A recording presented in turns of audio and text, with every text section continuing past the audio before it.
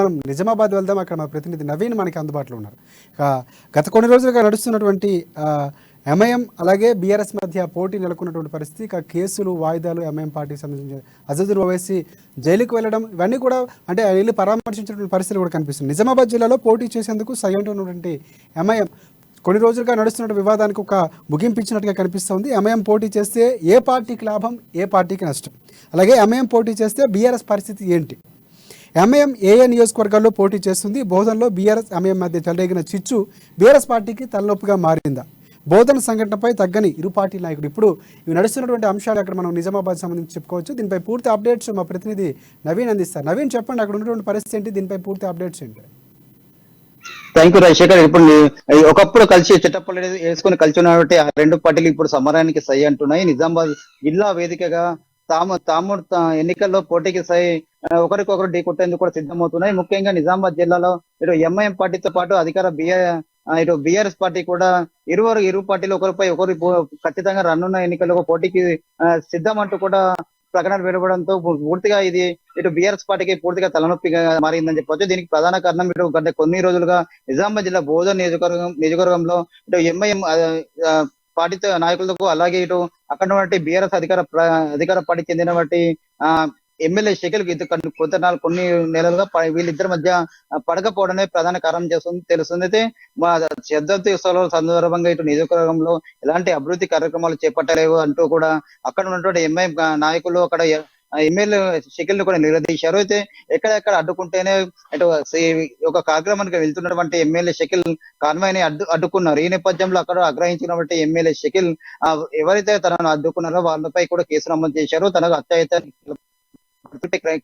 కఠినంగా చర్యలు తీసుకోవాలని చెప్పి కూడా అక్కడ ఉండే పోలీసులకు ఫిర్యాదు చేశారు. అయితే ఇది ఎమ్మెల్యే షకీల్ ఫిర్యాదు మేరకు అక్కడ ఉన్న పోలీసులు వారిపై కేసులు నమోదు చేసుకున్నటువంటి పోలీసులు ఇటు ఇక్కడ నిజామాబాద్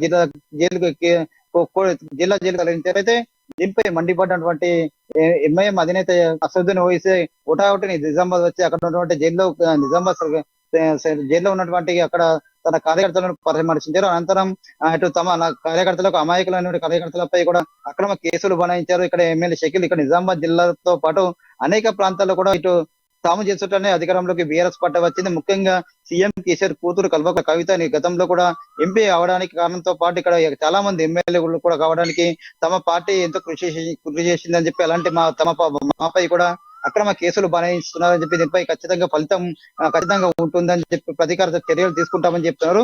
నిజామాబాద్ జిల్లాలో చాలా ప్రాంతాల్లో కూడా తాము పోటీ చేస్తామని చెప్పి కూడా అసదుద్దీన్ ఓవైసీ నిజామాబాద్ జిల్లా వేదిక కూడా ప్రకటించడం జరిగింది. బోధనలో కూడా ఖచ్చితంగా ఎమ్మెల్యే షకీల్ ను వదిలిస్తాం, దీంతో పాటు అనేక ప్రాంతాల్లో ఎక్కడెక్కడ పోటీ చేస్తామని చెప్పి కూడా కొన్ని రోజుల్లో కూడా తాము వివరిస్తామని చెప్పి కూడా ఇక్కడ ఎంఐఎం అధినేత అసదుద్దీన్ ఓవైసీ చెప్తున్న పరిస్థితి కనిపిస్తుంది. దీంతో ఈ ప్రకటనతో ఇటు రాష్ట్ర వ్యాప్తంగా సఖ్యత ఉన్నటువంటి ఇటు ఎంఐఎం బీఆర్ఎస్ పార్టీ మధ్య కూడా కొద్ది గ్యాప్ పెరిగిందని చెప్పొచ్చు. ఈ విషయంలో కూడా ఇటు బీఆర్ఎస్ పార్టీ అధిష్టానం కూడా ఇంతవరకు ఎలాంటి స్పందన లేదు. దీంతో కూడా ఒకంత అగ్రాన్ని గురవింత ఎంఐఎం అధినేత నిజామాబాద్ జిల్లాలో చాలా ప్రాంతాల్లో కూడా ఇటు తమ అభ్యర్థులను నిలబెట్టేందుకు కూడా సిద్ధమైనట్లు తెలుస్తుంది. ముఖ్యంగా ఇటు బోధన్ నియోజకవర్గం చూసుకున్నట్లు బోధన్లో ఒక మైనారిటీ వర్గం చెందినటువంటి చాలా మంది ఉన్నారు. దీంతో అక్కడ ఉన్నటువంటి ఎమ్మెల్యే షకీల్ కూడా అదే సామాజిక వర్గం అయినప్పటికీ కూడా అక్కడ ఎంఐఎం పార్టీ తమ అభ్యర్థిని నిలబెడితే మాత్రం ఖచ్చితంగా ఓట్లు మాత్రం చిలే ప్రమాదం కనిపిస్తుంది. దీంతో ఇటు ప్రతిపక్షాలైనటువంటి బీజేపీ పార్టీతో పాటు కాంగ్రెస్ పార్టీ కూడా కొంత లాభం అనే చెప్పవచ్చు. ఎందుకంటే గత కొన్ని రోజుల నుంచి కూడా ఇటు బీజేపీ పార్టీ కూడా గడప బీజేపీ పేరుతో అక్కడ ప్రజలకు వెళ్లి మాయమయ్యే ప్రయత్నం చేస్తుంది. ఇటు అధికార పార్టీ ఎలాంటి కార్యక్రమాలు చేపట్టలేదని చెప్పి కూడా ప్రజలకు వివరించే ప్రయత్నం చేస్తుంది. దీంతో పాటు కర్ణాటక ఎన్నికల తర్వాత మంచి ఊపు మీద బోధన్ సంబంధించిన కాంగ్రెస్ పార్టీ నాయకులు కూడా అనేక కార్యక్రమాలు చేపడుతున్నారు.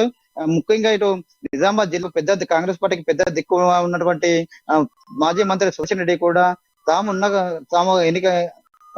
పాలన ఉన్న కాలంలో ఎలాంటి అభివృద్ధి కార్యక్రమాలు రైట్ నవీన్. ఎందుకంటే ప్రధానంగా ముందు నుంచి కూడా పొత్తులో కొనసాగుతున్నటువంటి ఎంఐఎం కానీ బీఆర్ఎస్ పార్టీ కానీ సీట్లు పంపకం చేసుకున్నాయి, అధికారులు కూడా చేజిక్కించుకున్నటువంటి పరిస్థితి కనిపిస్తుంది. ఎంఐఎంకి పూర్తిగా బీఆర్ఎస్ పార్టీ అన్ని సందర్భాల్లో కూడా సపోర్ట్గా ఉంటున్నటువంటి పరిస్థితి. కానీ ఇక్కడ ఈ నియోజకవర్గానికి వచ్చేటప్పుడు నిజామాబాద్ సంబంధించి పూర్తిగా మారిపోయింది. ఈ ప్రభావం అనేది రాష్ట్ర రాజకీయాల్లో అంటే దోస్తీకి ఏమైనా కొంచెం ప్రభావం చూపించే అవకాశం ఉందనుకోవచ్చు మనం.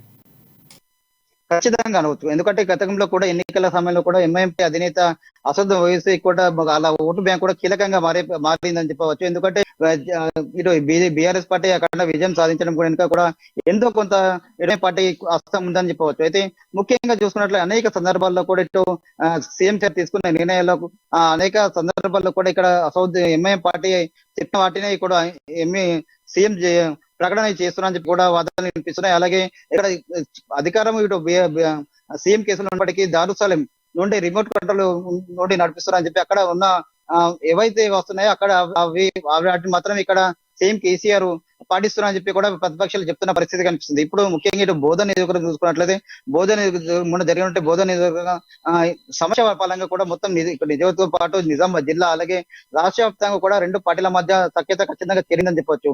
ఈ విషయంలో కూడా ఇంతవరకు కూడా సీఎం కేసీఆర్ కావచ్చు, కేటీఆర్ అవ్వచ్చు, ఇక్కడ ఉన్న ఎమ్మెల్సీ కవిత అయినా కావచ్చు, ఇంతవరకు ఎవరు స్పందించలేదు. ఎంఐఎం పార్టీ అధినేతకు కూడా చెప్పే ప్రయత్నం చేయకపోవడం, అలాగే అక్కడ ఉన్న తమ ఎమ్మెల్యే షకీల్ కూడా మందలించే ప్రయత్నం కూడా ఇంతవరకు చేయని పరిస్థితి ఉంది. దీంతో ఇటు ఎంఐఎం ఖచ్చితంగా ఇటు ఎంఐఎం పార్టీ కూడా ఇటు అగ్రంతో ఉందని చెప్పవచ్చు. అక్కడ తన ఎమ్మెల్యేని కూడా ఇంతవరకు సర్ది చెప్పే ప్రయత్నం చేయలేదు. అంటే పూర్తిగా ఇక్కడ సీఎం కేసీఆర్ కూడా ఎమ్మెల్యే షకీల్ రైట్ నవీన్, ఇక్కడ ఒకటి అంటే ఎమ్మెల్యే షకీల్ ఎంతవరకు ఆయన సర్ది చెప్పే ప్రయత్నం చేయలేదంటే ఆయన సమర్థిస్తున్నట్లుగా అనుకోవచ్చు మనం.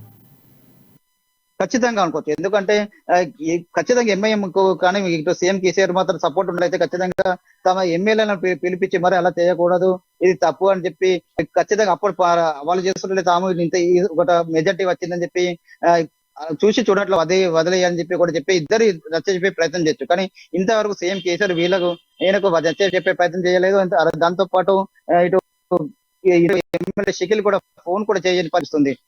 దీంతో పూర్తిగా స్పష్టంగా అనుకుంటున్నారు. ఎందుకంటే పూర్తిగా అక్కడ ఎమ్మెల్యే షకీల్ కూడా అధిష్టానం నుండి కూడా పోతున్నాయి. అందుకే ఎమ్మెల్యే షకీల్ తమ కార్యకర్తలపై ఇంతవరకు అక్రమ వీటిని తొలగించే ప్రయత్నం కూడా ఎవరు చేయని పరిస్థితి కనిపిస్తుంది. దీంతో ఇది దృష్టిలో పెట్టుకుని ఖచ్చితంగా రానున్న రోజుల్లో నిజామాబాద్ జిల్లాలో బల మీద చూపిస్తాం. ఖచ్చితంగా మాత్రం ఈ బీఆర్ఎస్ పార్టీకి గట్టి బుద్ధి చెప్తామని చెప్పి చెప్తున్న పరిస్థితి మాత్రం కనిపిస్తుంది. ఇక నిజామాబాద్ టౌన్ లో ఇటు బోధనతో పాటు నిజామాబాద్ టౌన్ లో కూడా తమ అభ్యర్థి నిలబెట్టే ప్రయత్నాలు ఇక్కడ ఎమ్మెల్యే ఒక వర్గాన్ని ఎమ్మెల్యేతో పాటు ఇటు అధికార ప్రతిపక్ష బీజేపీ పార్టీ కూడా ఒకే వర్గానికి చెందిన వారు ఉన్నారు. అయితే ఇక్కడ కూడా ఒక మైనారిటీ వర్గం చాలా మట్టుకు ఉంది. ఇక్కడ మాత్రం ఖచ్చితంగా ఎంఐఎం పార్టీ అభ్యర్థి నిలబెడితే మాత్రం ఖచ్చితంగా బీఆర్ఎస్ కు పెద్ద దెబ్బ అని చెప్పవచ్చు. ఇటు బోధనతో పాటు నిజామాబాద్ టౌన్ కూడా ఇటు కంచుకోట ఉన్న బీఆర్ఎస్ పార్టీకి రెండు కూడా ఇటు బీఆర్ఎస్ పార్టీ చేతులు ఉండి ప్రమాదం ఉందని చెప్పి ఖచ్చితంగా చెప్పవచ్చు రాజశేఖర్.